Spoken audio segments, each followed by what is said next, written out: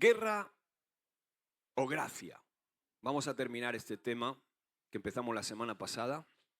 ¿Qué tenemos en nuestra vida? ¿Tenemos guerra o tenemos gracia? Si somos sinceros, de vez en cuando tenemos guerra, ¿verdad? Sobre todo en casa. O tenemos guerra en nuestro trabajo. No debería ser así. Como cristianos, nosotros tendríamos que operar y movernos en la gracia de Dios. Porque gracia no solamente es salvación, gracia no solamente es perdón de pecados, gracia es también la capacidad que Dios nos da para modelar el fruto del Espíritu en nuestra vida. Así que eso es lo que debería caracterizarnos, la gracia. Tendríamos que ser los más graciosos de todos. Estar llenos de gracia, de la gracia de Dios. Pero sí que es verdad que muchas veces el conflicto, nuestra vieja naturaleza, nuestra carne, nuestro peor enemigo, que somos nosotros mismos y nuestro egoísmo o nuestro ego. Y por supuesto, también dice Pablo que no tenemos lucha contra carne ni sangre, ¿no? Sino que tenemos lucha contra el reino de las tinieblas, a su cabeza el diablo, que ¿sabes que el diablo asiste a la iglesia? Viene más a menudo que otro, que yo conozco. Él es un devoto asistente a la iglesia y siempre viene con leña debajo del brazo para añadir a las disputas que a veces hay o a los altercados que hay. Y eso es donde queremos centrarnos. Por supuesto, esto es una palabra, guerra o gracia, que se puede aplicar a muchos ámbitos de nuestra vida, pero yo quería aplicarlo a la iglesia. Y dije que era medicina preventiva y no curativa. Eso espero, porque necesitamos estar alertados en esto. En la iglesia no puede haber guerra, tiene que sobreabundar la gracia de Dios. Y la semana pasada vimos pues la causa de los conflictos, muchas veces que se levantan en la iglesia. Pusimos el ejemplo ese de la iglesia de Tennessee, ¿no? Una iglesia en Tennessee que se juntaron el liderazgo para solucionar algunos problemas que estaba habiendo en la congregación y al final acabó con la iglesia incendiada, ¿no? se pegaron una paliza a todos los líderes de todo el liderazgo allí y acabó la iglesia ardiendo, ¿no? El pastor hecho polvo y bueno, una congregación congregándose en un garaje después de ese incidente, ¿no?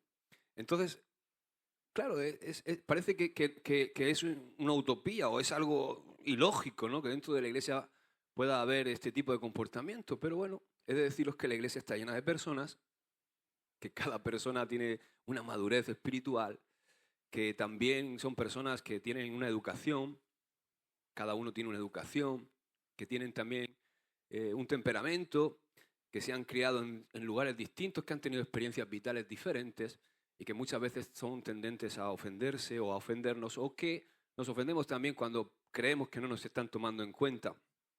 Y eso pasa en la iglesia. Dile al que tienes al lado, en la iglesia hay personas. Sí. La iglesia no es un museo de santos, es un hospital de personas que necesitan la gracia de Dios. Amén.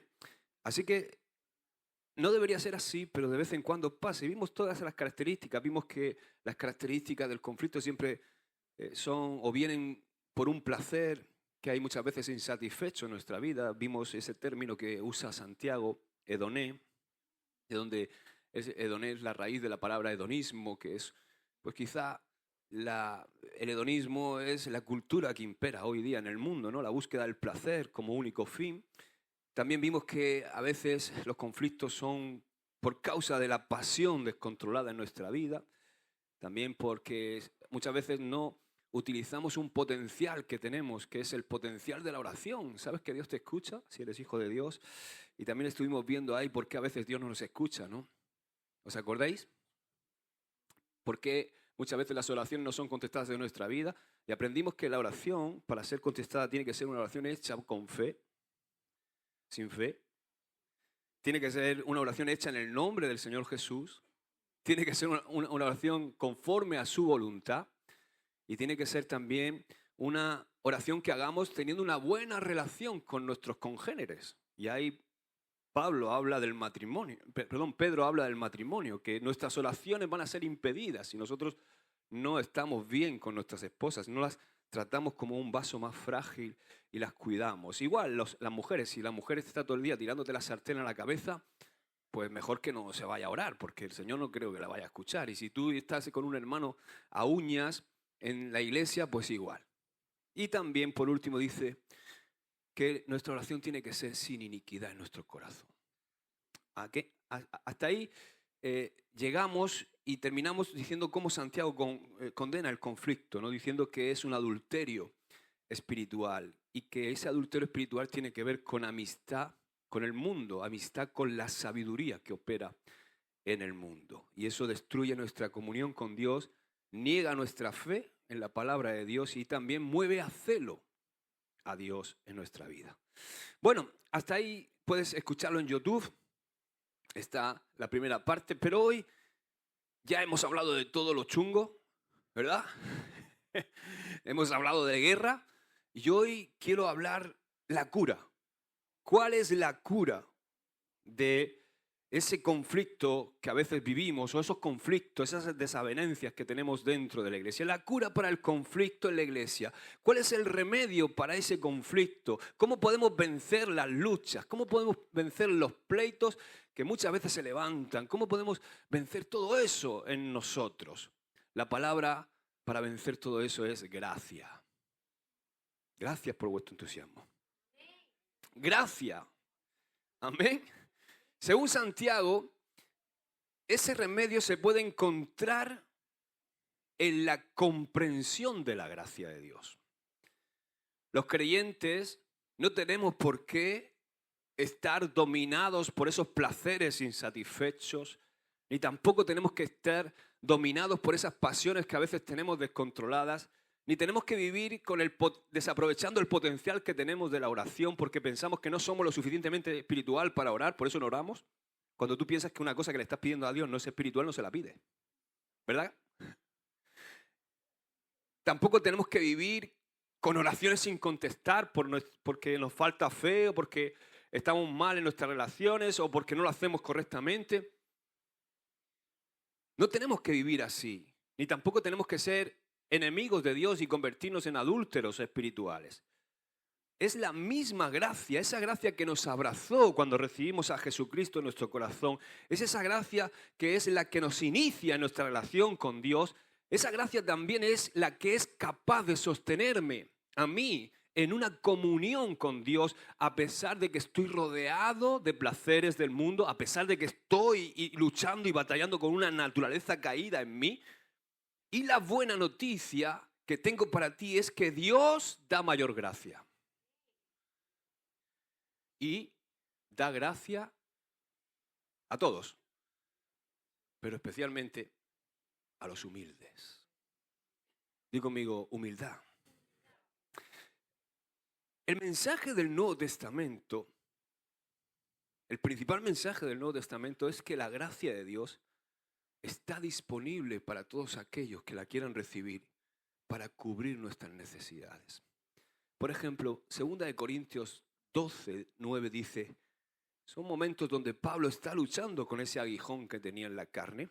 No sabemos bien qué podría ser, si era algo físico, una enfermedad, o si era quizá una debilidad en su carácter o cualquier otra cosa. Pero resulta que él le había pedido al Señor que le quitara ese aguijón que dice que venía y le abofeteaba. A veces necesitamos un par de guantar, ¿verdad? Para mantenernos humildes. Y resulta que Dios le contesta la tercera vez y Pablo dice, mira lo que me dijo el Señor la tercera vez, dice, bástate mi gracia, Pablito, porque mi poder se perfecciona en la debilidad. Por tanto, dice Pablo, de buena gana me gloriaré más bien en mis debilidades para que repose sobre mí el poder de Cristo. No tenemos que subestimar nuestras debilidades, tenemos que intentar vencer nuestras debilidades, pero nuestras debilidades son una oportunidad para que se manifieste la gracia de Dios en nuestra vida. Hebreos 16 dice, acerquémonos pues confiadamente al trono de la gracia para alcanzar misericordia y hallar gracia para cuando todo va bien.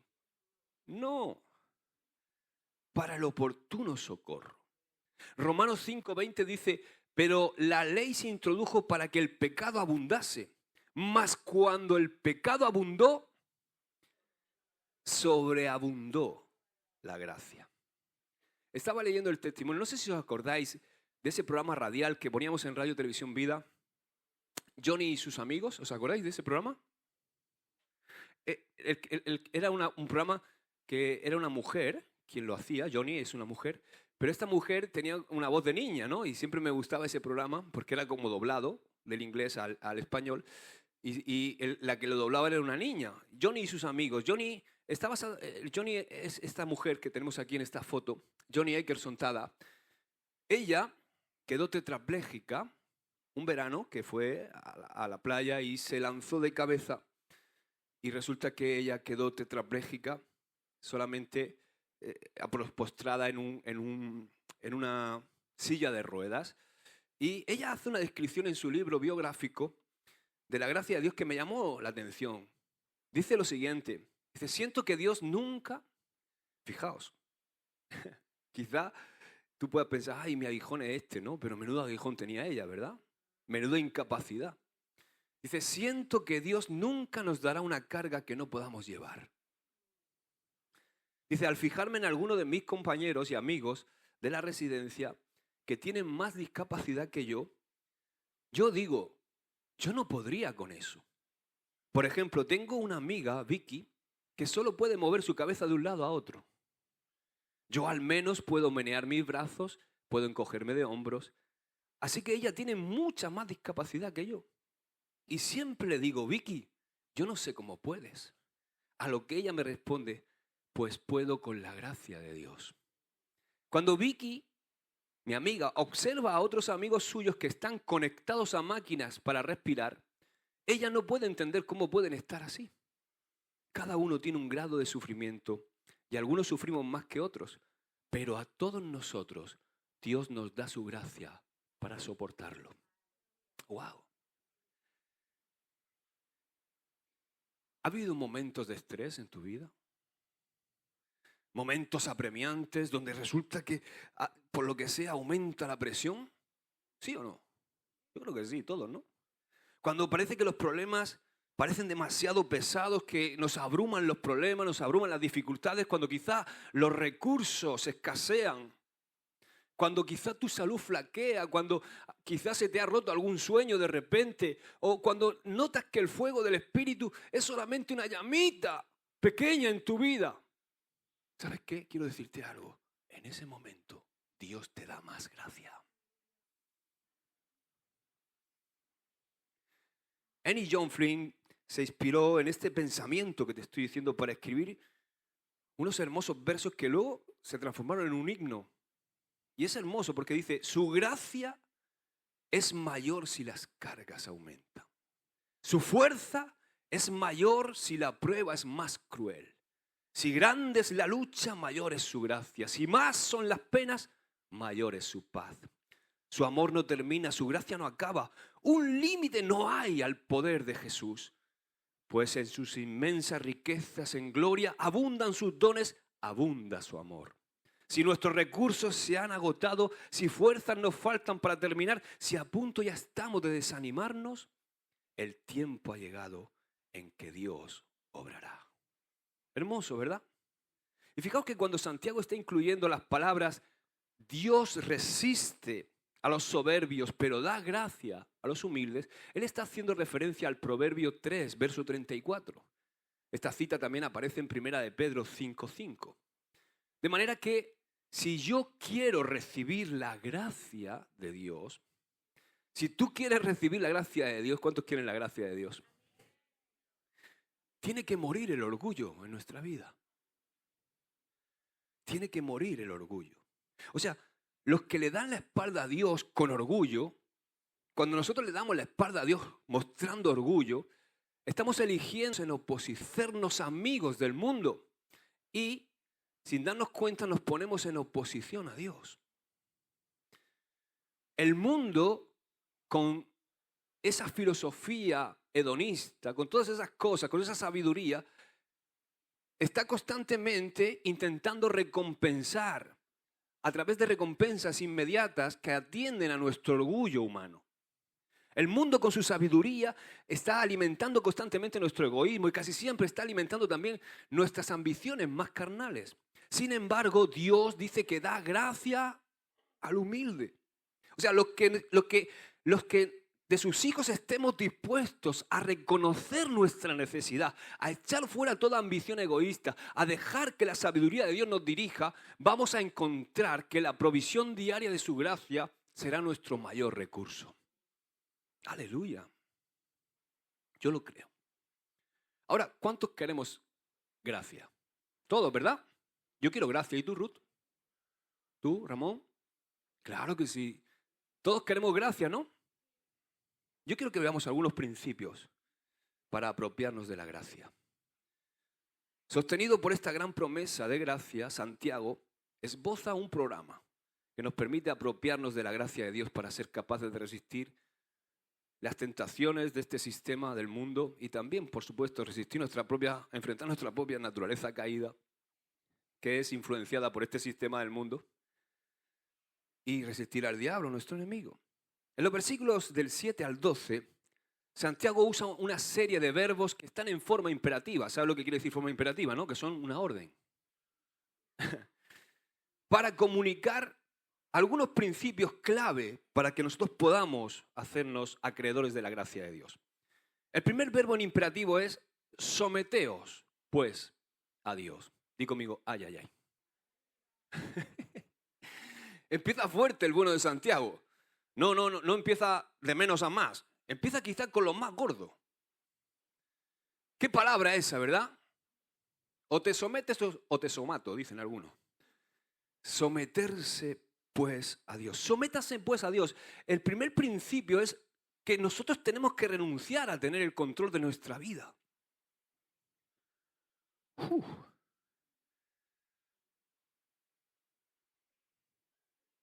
Que nosotros tenemos que renunciar a tener el control de nuestra vida. Ahora sabe eso y dilo por ahí fuera. Y aquí dentro dice. No, pero eso no han venido. La palabra someterse significa, en el original, asumir un rango inferior. O sea, yo tengo que asumir un rango inferior. Por eso, este es el mayor desafío de la gente orgullosa. Y luchamos contra ese hábito tan arraigado en nosotros de controlar todo y de hacerlo todo a nuestra manera. Somos como Frank Sinatra. My way. A mi manera. A mi manera. ¿Verdad que sí? ¿Me pasa a mí solo?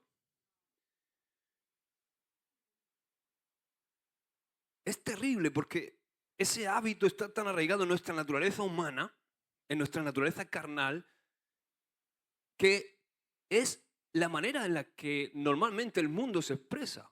Ahí en el Salmo 2 dice, echad de mí las cuerdas. El mundo es un reflejo del mundo en el que vivimos, queriendo quitar toda atadura que ellos consideran atadura, pero al final lo que se atan más a las cosas del mundo, ¿verdad? Porque el único que puede darnos libertad es Dios.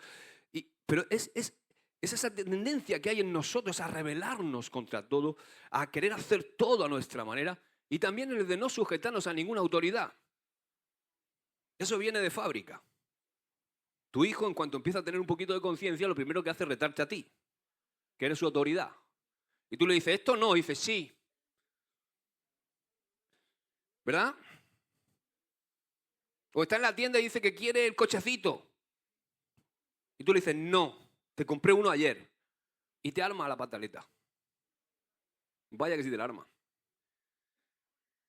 Eso nos viene de serie. La rebeldía a la autoridad viene de serie. Viene de nuestra naturaleza humana. Sin embargo, si nosotros no nos sometemos al control de Dios en nuestra vida, jamás vamos a abrirnos a esa gracia que Él ha prometido a cada uno de nosotros. Es muy sencillo. O sea, Dios dice, aquí está mi gracia, hijo. Esta es mi ayuda. Pablo, ¿estás pasándolo mal con tu aguijón, con tu debilidad? Yo tengo la gracia. Es como si un hijo está intentando hacer algo, ¿verdad? ¿Quién fue el otro día? Mi mujer, fuiste tú. No, que ya me mira mal. Pero estaba intentando hacer algo que yo hago así. Y le digo, déjame. No, esto lo hago yo. ¿No? ¿No fuiste tú? Ah, pues entonces sería uno de mis hijos. Ella no hace eso. Fuiste tú.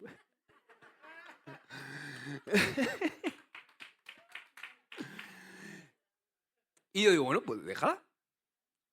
Al final, como es más cabezona que su madre. Ay, perdón, está mi suegra aquí. Que al final lo hizo. Pero entiende lo que quiero decir. O sea, es como si tu hijo está intentando hacer algo y tú dices, hijo, déjame que te dé, déjame que te dé la herramienta, déjame que te dé, para que tú puedas vencer eso que no puedes vencer, eso que no puedes hacer. Entonces Dios es un caballero. Dios dice, aquí está mi gracia, Josué. Pero si yo no me abro a recibir su gracia, porque soy un orgulloso y no, esto lo hago yo, esto es hacerlo yo. Entonces, si estamos intentando vivir por nuestros propios medios, a nuestra manera, ¿para qué necesitamos la gracia de Dios? Entonces Dios dice, bueno, tírale. Es como Jonás, ¿verdad? Jonás, vete a Nínive. No, Señor, para el contrario. Dice, bueno, adiós Jonás, en Nínive nos vemos.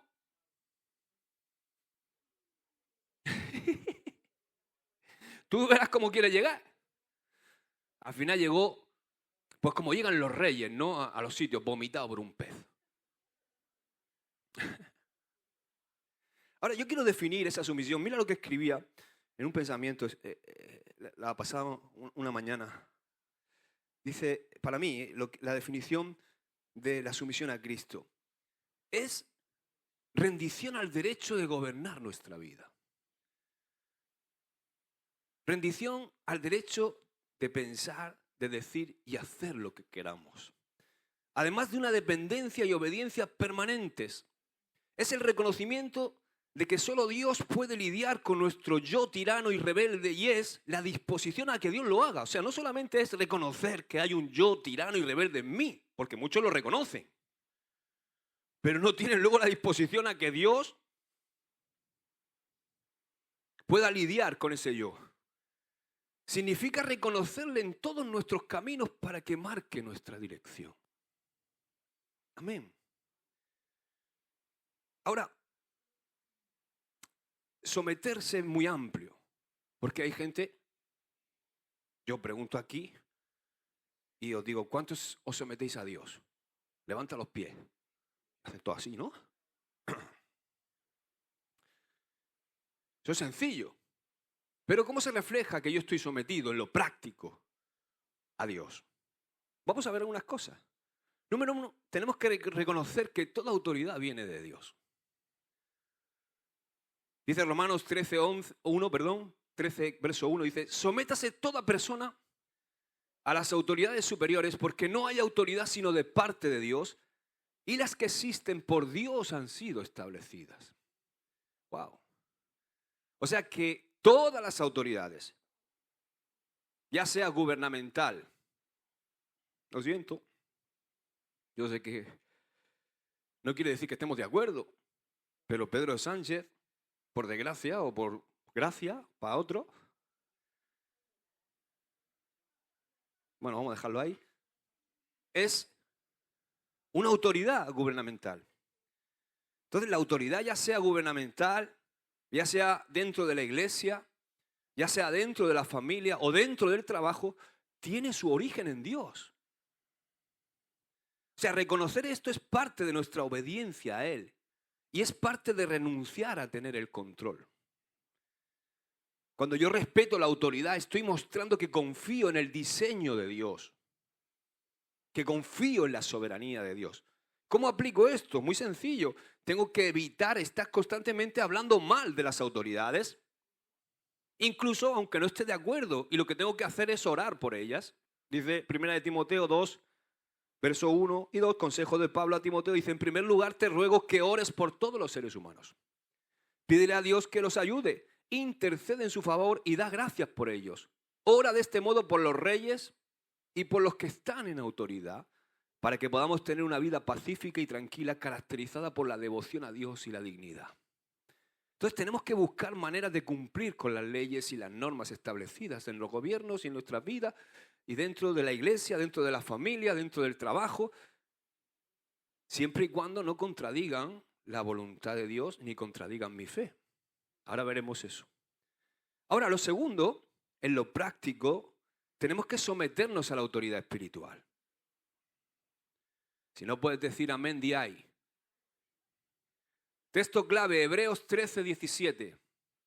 Obedezcan a sus pastores y sujétense a ellos, porque ellos velan por sus almas como quien han de dar cuenta. Dios ha puesto líderes espirituales en la iglesia para guiarnos, para enseñarnos y para cuidar el propósito de Dios y cuidar el pueblo. Someterse a ellos muestra respeto a la autoridad delegada por Dios. O sea, es muy difícil que tú me puedas decir que estás sometido a Dios si no estás sometido a la autoridad gubernamental, a la autoridad en la iglesia, a la autoridad en la familia, a la autoridad en el trabajo. ¿Cómo se ve esto en la práctica? Bueno, tenemos que aceptar la corrección. Tenemos que aceptar el consejo de los líderes espirituales con humildad. No quiero decir que a veces estemos de acuerdo, pero tenemos que tener humildad. También se refleja en mi participación activa en la vida de la iglesia, cuando yo muestro disposición para servir, para colaborar, para apoyar en los ministerios. Amén. Hay una cosa que aprendí de pequeño. Se lo estaba contando el otro día a mi mujer y a mi hijo. Porque no lo sabes todo. Te voy dando las cositas poco a poco. Cuando yo tenía 8 o 9 años, vivíamos en un bloque de piso donde éramos 8 vecinos. 8 viviendas, ¿no? Con sus hijos y sus 8 matrimonios. Y entonces había un hombre que era el rojo. Le decíamos el rojo porque era pelirrojo. Era un tipo súper simpático, aproximadamente de la edad de mi padre, un poco menor que él. Y él siempre, teníamos un patio en la parte de atrás donde encerrábamos los coches y había una explanada grande dentro del bloque de pisos donde jugábamos al fútbol, eso era multitud. Jugábamos al fútbol, al tenis. Y él siempre se bajaba a jugar con nosotros. Era un hombre súper simpático dentro de la finca. Oye, lo queríamos. Era el rojo. ¡Rojo! ¡Vamos para ¡Rojo! ¡Rojo!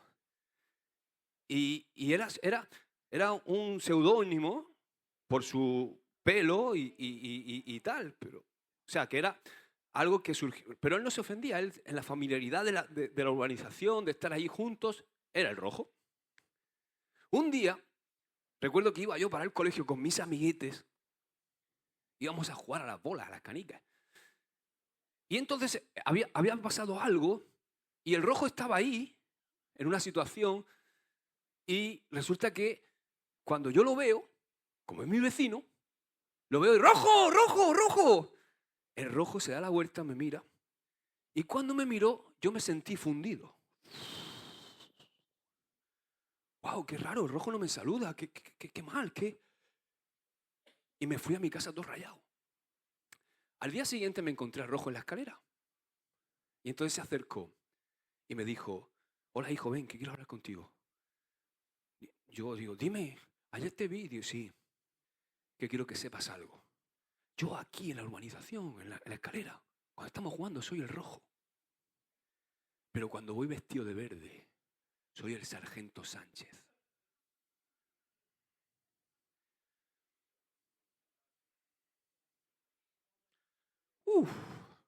Lección aprendida para toda mi vida. Llegué a mi casa casi llorando, digo, a ver si mi padre me da consuelo, y dice, un guardia civil no se merece tu honra por lo que hace, sino por el vestido que lleva. ¡Wow! ¿Tengo que añadir algo más? Yo creo que ha quedado claro, ¿verdad? Porque muchas veces, en la familiaridad, en lo íntimo, tenemos una confianza y es normal. Pero hay momentos donde yo no soy Josué. Ella no es Ruth. Yo soy tu pastor. Ella es tu pastora. ¿Entendemos? Amén. ¿Amén? Amén. Muy bien. Así que tenemos que ser diligentes en nuestras responsabilidades, y todas esas cosas. Otra cosa que tenemos que someternos es someternos a la autoridad en el trabajo. Dice el texto de Colosenses 3:23, dice, hagan lo que hagan, trabajen de buena gana, como para el Señor y no para nadie en este mundo. En el entorno laboral, someterse a tus superiores demuestra integridad. Incluso cuando no recibas reconocimiento, tu trabajo es una ofrenda para Dios. Entonces tenemos que ser diligentes en nuestras responsabilidades, evitando actitudes de queja o de rebeldía. Y tenemos que trabajar con excelencia, no con mediocridad. En la iglesia también. Pero claro, a veces confundimos la excelencia y pensamos que excelencia es perfección. Excelencia no es perfección, excelencia es hacerlo lo mejor posible. Claro, a veces también hay mediocridad. ¿Por qué? Porque tú ves que se puede hacer mejor. Pero no podemos escudarnos en que, no, es que no somos profesionales. No, no somos profesionales, pero lo podemos hacer mejor. Hagámoslo con excelencia. ¿Entendemos, verdad? Entonces, en el trabajo tenemos que tratar a nuestros jefes con respeto, incluso si no siempre estás de acuerdo con ellos. Luego tenemos que someternos también en el contexto familiar. Dice Efesios 5:21, sométanse unos a otros en el temor de Dios. En nuestro hogar, en nuestra casa, la sumisión mutua tiene que reflejar el amor y el respeto en la familia. Y ese es el diseño de Dios. Es importante que el esposo lidere en amor. O sea, liderar no es mandar.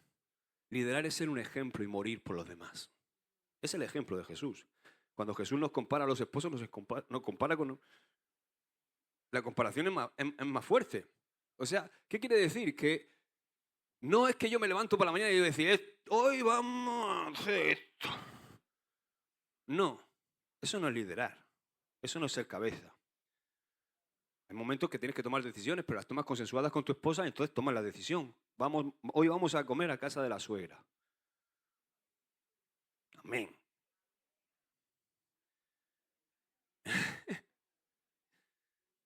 Entonces los críos piensan, que no tengo ganas, que no. No. Pero lo que quiero decir es que muchas veces liderar es morir a nosotros. Quizá a ti me levanto una mañana y me apetece hacer algo, pero veo que mi familia tiene una necesidad, quizá de que hagamos otra cosa. Entonces yo, aunque no me guste, hago eso por amor. Y lo hago con una buena actitud. Lo que no puedes hacerlo es haciéndoles ver que está incómodo, porque esto les joroba el día, ¿no? Entonces eso es importante que lo sepamos. El esposo tiene que lidiar con amor y la esposa tiene que ser un apoyo que respeta al esposo, pero ambos están llamados a someterse a Cristo, los dos. Entonces, ¿cómo aplico esto? Pues tenemos que escuchar, respetar las opiniones de los miembros de la familia, buscar siempre la voluntad de Dios para el hogar. Tenemos que pedir perdón cuando nos equivocamos. Mi abuelo le enseñó a mi padre que el padre nunca tenía que pedir perdón. Una vez me contó una historia y dice, llegó mi padre y me pegó un guantazo. ¡Pum! Y dice, pero si yo no he sido, ha sido mi hermano. Y dice, bueno, para la próxima. Yo nunca me equivoco. Ya, pero papá, no he sido yo. Pues si le has dado una aguantada a tu hijo, no es lo que tienes que hacer. Ay, hijo, perdona. Que no era para ti, era para tu hermano. ¿No? Los padres deben enseñar sumisión, respeto a la autoridad, siendo un modelo en su trato también con sus hijos y también cómo hablan de las autoridades en casa. Así que tenemos que escuchar y respetar las opiniones de los miembros buscando siempre la voluntad de Dios. Luego, otra cosa es que tenemos que someternos incluso cuando sea difícil.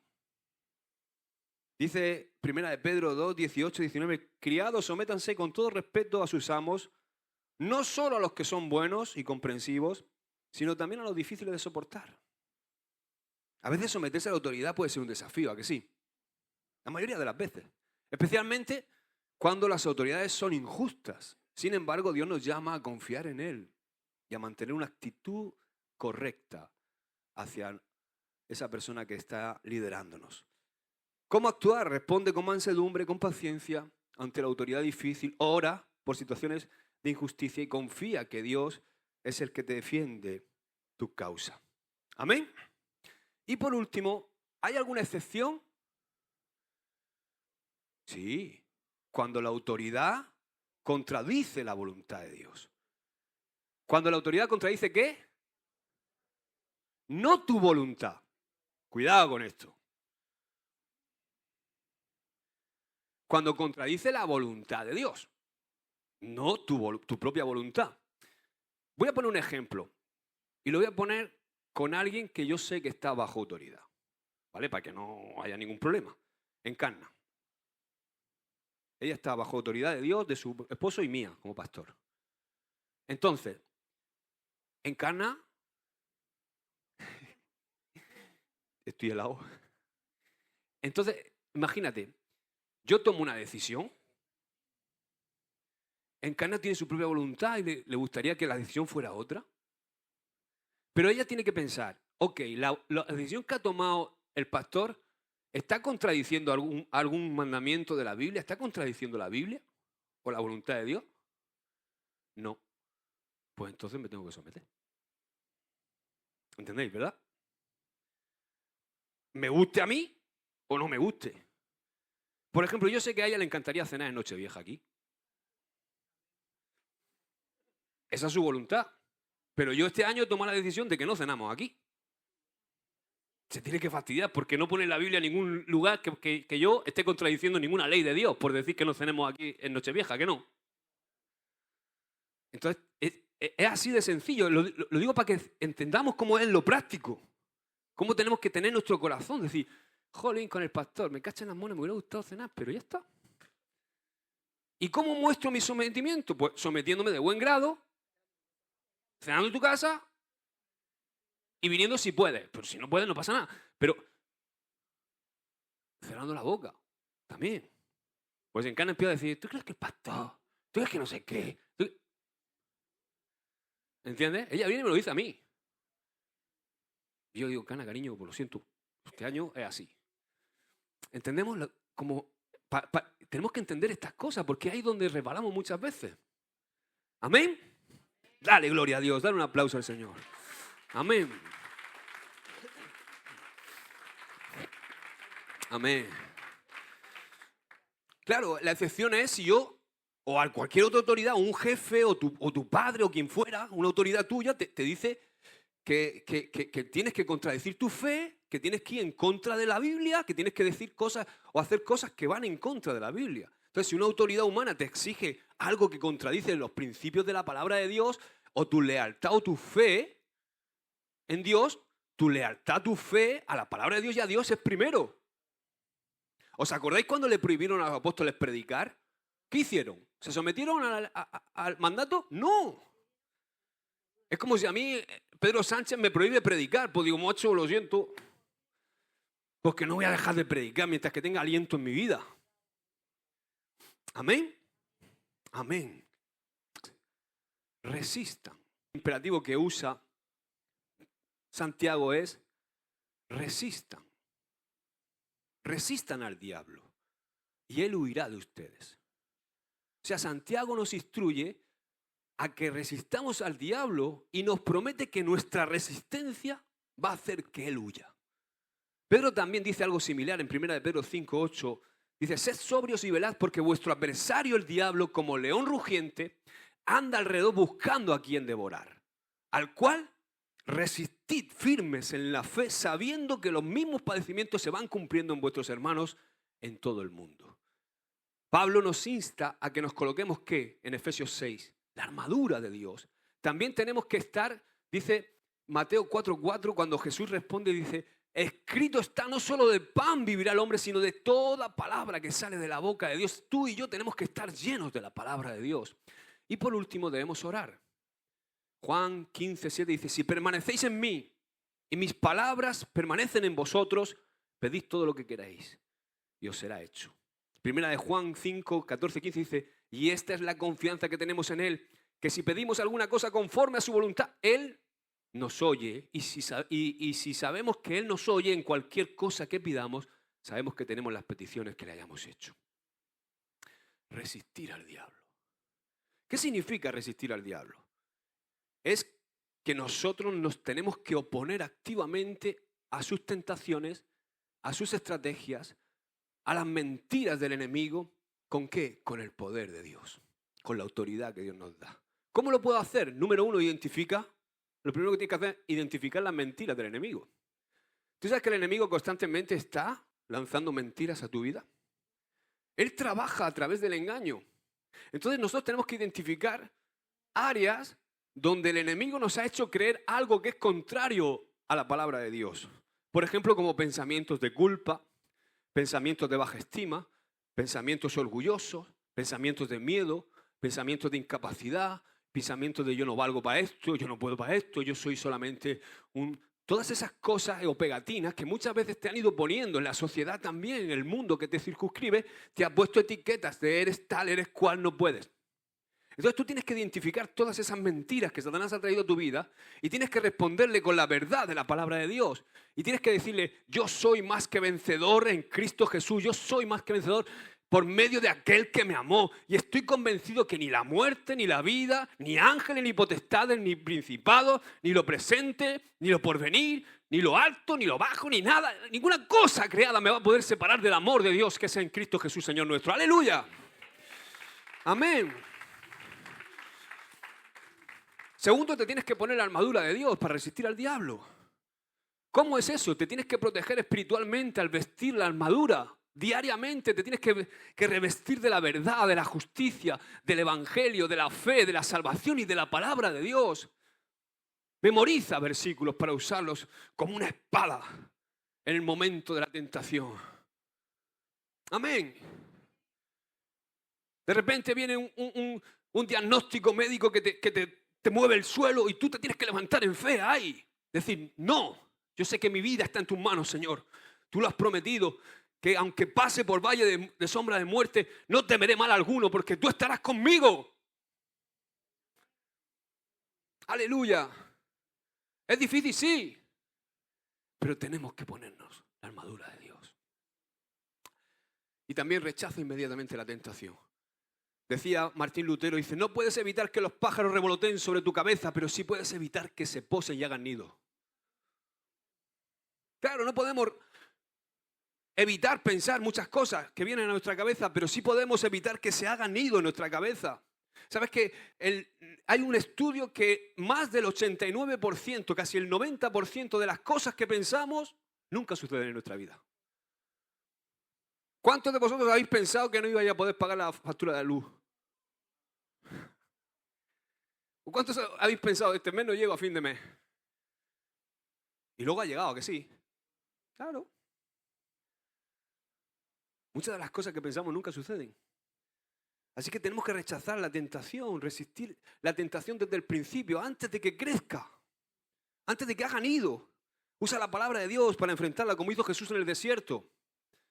¿Os acordáis de Jesús en el desierto cuando fue tentado? ¿Cómo respondió? Escrito está. Tú dices esto, pero yo te digo, escrito está. Amén. Por ejemplo, si de repente te llega la tentación de estallar en ira, acuérdate del Proverbio 15:1 que dice, la respuesta amable calma el enojo. Aplícalo. O vete y date una vuelta y cuenta hasta 20. O hasta 120. O no vuelvas, mejor. Y tienes que contar un poco más. Hay momentos que no estamos supeditados, estamos en tensión, viviendo circunstancias en la familia, en el hogar, en un montón de cosas. Y puede ser que en un momento estallemos. Entonces tenemos que intentar gobernarnos, dominio propio, decir, a mi hijo lo mataba ahora mismo, aguantazos, pero dice, no, voy a contarte 1, 2, 3, 4, 5, 127, 128.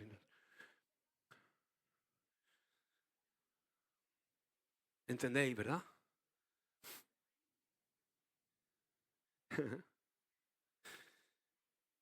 Otro verbo que usa Santiago es, en imperativo, acérquense a Dios y Él se acercará a ustedes. Fíjate que ya hemos recibido el mandamiento de someternos a Dios como sus siervos. Y ahora Santiago nos exhorta a que nos acerquemos a Él como adoradores. El verbo acercarse es la forma que usa el Antiguo Testamento para decir, y esto no es cantar. Levitas cuando se acercaban a Dios con sus sacrificios. Y esto no es cantar. Adorar no es cantar. Adorar es vivir para Él. Amén. Éxodo 19:22 dice, y también que se santifiquen los sacerdotes que se acercan a Jehová, para que Jehová no haga de ellos un estrago.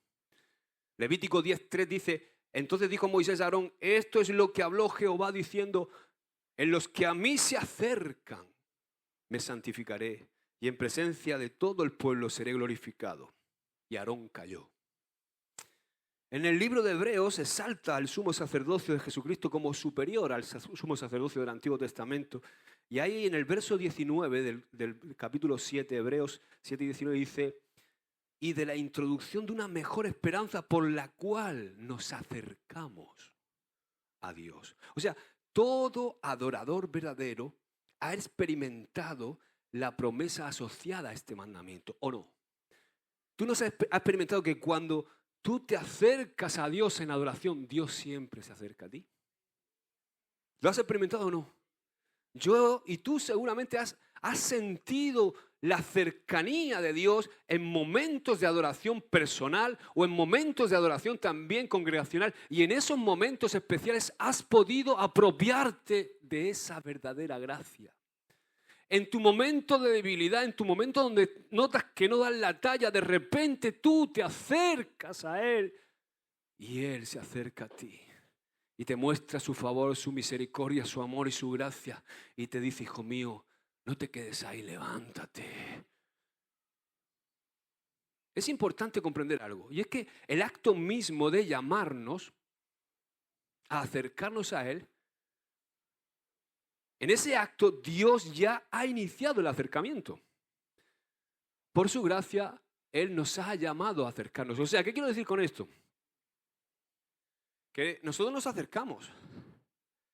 Pero esto es muy sencillo. Es como si yo llamo a Ruth y le digo, acércate. Ella es la que va a dar el acto de acercarse, pero el que inicia el acercamiento soy yo. Él se acercó en Jesucristo a nosotros. ¿Sabes quién define esto muy bien, si lo logras entender? Porque claro, habla en un idioma un poco de aquellos años, pero Calvino escribió esto. Dice, pero si alguien concluye que la primera parte de la obra nos pertenece a nosotros, esa de acercarnos, y que después sigue la gracia de Dios, eso no es a lo que se refería el apóstol. Más bien aquello a lo que se refiere es que el Espíritu de Dios nos llama. Entonces, Él mismo, a lo que nos llama, Él mismo lo ha cumplido. ¿Qué quiere decir? Que Él nos llama a acercarnos, pero es Él el que se acerca. Llamándonos a que nos acerquemos. Así que ¿cuántos quieren acercarse a Él? Aleluya. Otra cosa que dice es, otro verbo en imperativo, limpien sus manos pecadores. Y eso tiene que ver con este principio, renunciar a acciones pecaminosas. Limpien sus manos pecadores. Esta instrucción se hace eco de la terminología del tabernáculo. ¿Por qué? Porque el sacerdote tenía que lavar sus manos antes de acercarse al lugar santo. El salmista incorpora este pensamiento en uno de sus salmos, Salmo 24, 3, 4, dice, ¿quién subirá al monte de Jehová? ¿Quién estará en su lugar santo? El limpio de manos y puro de corazón, el que no ha elevado su alma a cosas vanas, ni jurado con engaño. Cuando tú y yo experimentamos la gracia de Dios en nuestra vida, si verdaderamente la hemos experimentado, ya no podemos continuar con esas cosas que sabemos que nos alejan de la santidad, con esas cosas que sabemos que no agradan a Dios. ¿Estás de acuerdo conmigo? Porque todo lo demás es una gracia barata y mal entendida. Ahora, otro verbo en imperativo es, purifiquen su corazón ustedes de doble ánimo. O sea, tenemos que rechazar actitudes de doble ánimo. Santiago llama a sus lectores gente de doble ánimo, un término que expresa vacilación, que expresa indefinición, que expresa inconstancia y que describe bien a una persona que ama lo de Dios, pero que también coquetea con las cosas del mundo, que también coquetea con su propio ego, con sus cosas. Gente inconstante, gente que es de doble ánimo, que un día está a tope y otro día está hundido. Esta actitud de doble ánimo no permite que la gracia de Dios fluya a través de nuestras vidas. Otro verbo es aflíjanse, lamenten y lloren. Tenemos que reaccionar al pecado con tristeza. Santiago es como un profeta del Antiguo Testamento que está llamando al pueblo al arrepentimiento. Nos dice que tenemos que llorar por nuestros pecados. Eso también está en Esther 4:3, en Mateo, en Lucas. Vemos cómo hablan de sentarse en cilicio y ceniza. Cuando Pablo está con esa lucha en el capítulo 7 de Romanos, dice, miserable de mí, ¿quién me librará de este cuerpo de muerte? O sea, tiene que haber una tristeza, reaccionar con aflicción al pecado en nuestra vida. No podemos ser que tengamos una actitud frívola hacia el mal. Que nuestra risa, dice, se convierta en llanto y su gozo en tristeza. O sea, tenemos que abstenernos de una actitud frívola hacia el mal. No podemos pecar y hacer así como... O sea, si has pecado y haces como que no ha pasado nada, el Señor me perdona, ya está. No. Yo cuando ofendo a Dios, siento una tristeza. Pero no por nada, sino primero porque le he ofendido a él, como decía David, dice, contra ti he pecado. Adulterio con Betsabé. Entonces, ¿quién no lo ha matado? ¿A Urías? Y había cometido adulterio con Betsabé. Entonces, ¿quién no lo ha agraviado? Pero no dice contra Urías y contra Betsabé, sino contra ti he pecado. O sea, el dolor más grande cuando pecamos tiene que ser porque de alguna manera hemos ofendido al Señor. Entonces yo no puedo hacerlo con una actitud frívola. No pasa nada. He metido la pata hasta aquí, pero sí me perdona. No, tiene que haber un dolor. La prueba de que hay arrepentimiento es que hay tristeza. Ahora no nos podemos quedar. O sea, Santiago no está diciendo que tenemos que vestirnos de negro y estar 2 años de luto. O como en alguna iglesia que te ponen en disciplina 6 años. No. O andar con el rostro ahí demudado, sombrío. Y predicar pesimismo, fatalismo y abandonar incluso nuestro servicio a Dios. No, nada de eso, no se trata de eso. Tenemos que seguir con el gozo del Señor, tenemos que seguir agradecidos por el don de la salvación y tenemos que ser obedientes en el camino y en el propósito que Dios tiene con nuestra vida. Pero cuando pecamos y respondemos al llamado de Dios para arrepentirnos, debe haber un cambio en nuestra vida. No podemos ser los mismos. La risa y el gozo son silenciados cuando nos damos cuenta de que hemos ofendido a nuestro amado Dios. Porque no podemos hacer otra cosa que entristecernos.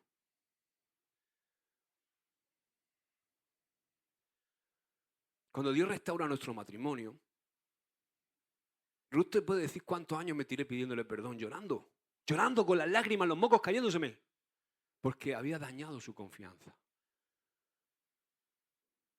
No llegué y diga, pues me ha perdonado, venga. Había dolor. Hay una tristeza buena que es la que dice la palabra que nos lleva al arrepentimiento. Esa tristeza es buena. Porque si hay arrepentimiento quiere decir que ya nunca más vas a caer en eso. Si hay arrepentimiento de verdad. Si tú vienes aquí y tocas esto y te queman la mano, mañana no viene y la pones la mano otra vez. Como dicen los argentinos, dice, el que se quema con leche ve a la vaca y llora.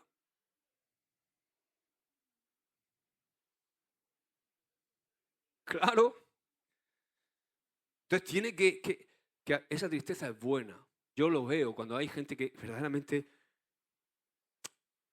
está arrepentida, tú ves esa tristeza. Y eso es algo hermoso porque ahí es cuando Dios empieza y viene con su gracia. Y dice, mi gracia te basta. Levántate porque el largo camino te resta. Levántate, hijo mío, vamos.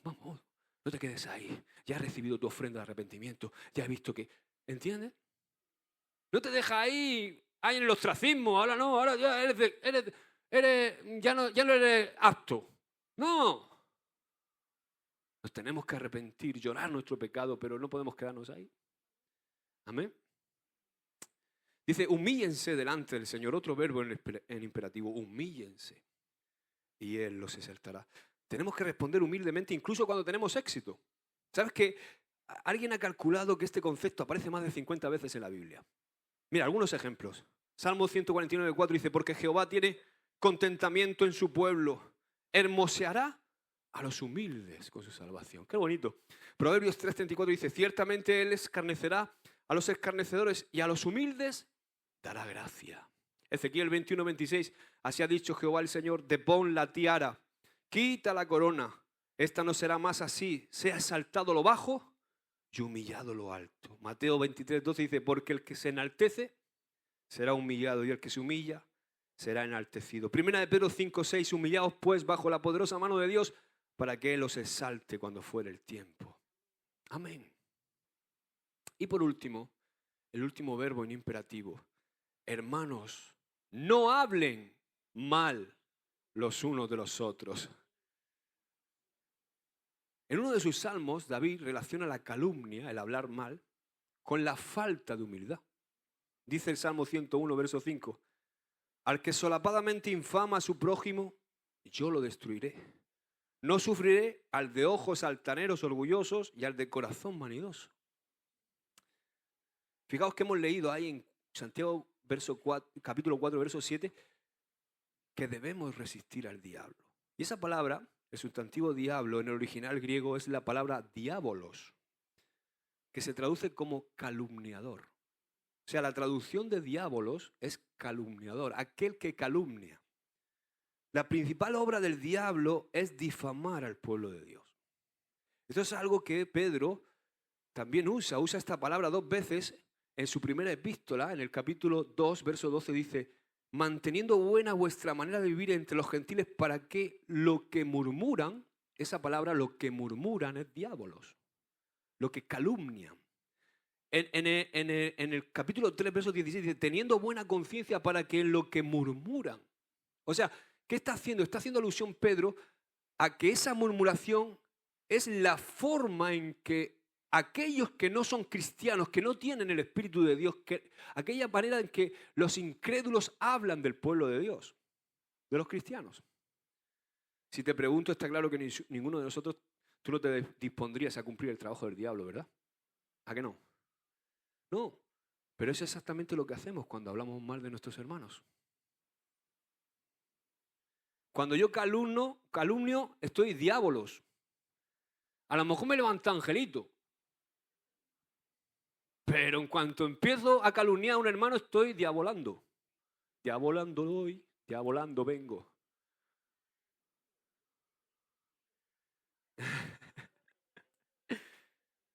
El teólogo Mark Littleton lo describe así.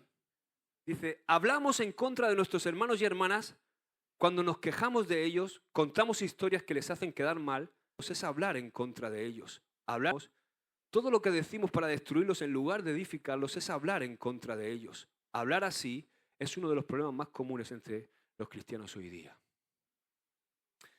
Mira, nosotros nos podemos equivocar muchas veces, pero nuestra actitud siempre tiene que ser la de cubrir al hermano. Amar al hermano, porque todos nos equivocamos. Todos cometemos errores, todos estamos supeditados a tener un mal día, todos estamos supeditados a que nuestra carne se exponga en un momento, pero nosotros no estamos llamados a diabolos, a calumniar, no estamos llamados a destruir a la gente. Nuestro espíritu tiene que ser un espíritu de cubrir, de amar, de dar una segunda oportunidad, que es lo que Cristo ha hecho y hace y sigue haciendo. Porque ¿sabes qué? Ese, tu hermano que se equivoca, vale la misma sangre que tú. Entonces tenemos que tener mucho cuidado con estas cosas, porque podemos encontrarnos haciendo la obra del diablo sin darnos cuenta. En su carta a los Efesios, Pablo escribe consejos fuertes para quienes se sienten tentados a destruir a un hermano. Dice Efesios 4:29, ninguna palabra corrompida salga de vuestra boca, sino la que sea buena para la necesaria edificación, a fin de dar gracia a los oyentes. Amén. Después de haber examinado las palabras de Santiago en estos 12 versículos, yo me doy cuenta de que los estándares de Dios son mucho más altos que los nuestros, ¿verdad? Nuestro Señor se entristece cuando nosotros andamos con peleas dentro de la iglesia, cuando andamos con peleas dentro de nuestro hogar, con nuestros compañeros de trabajo.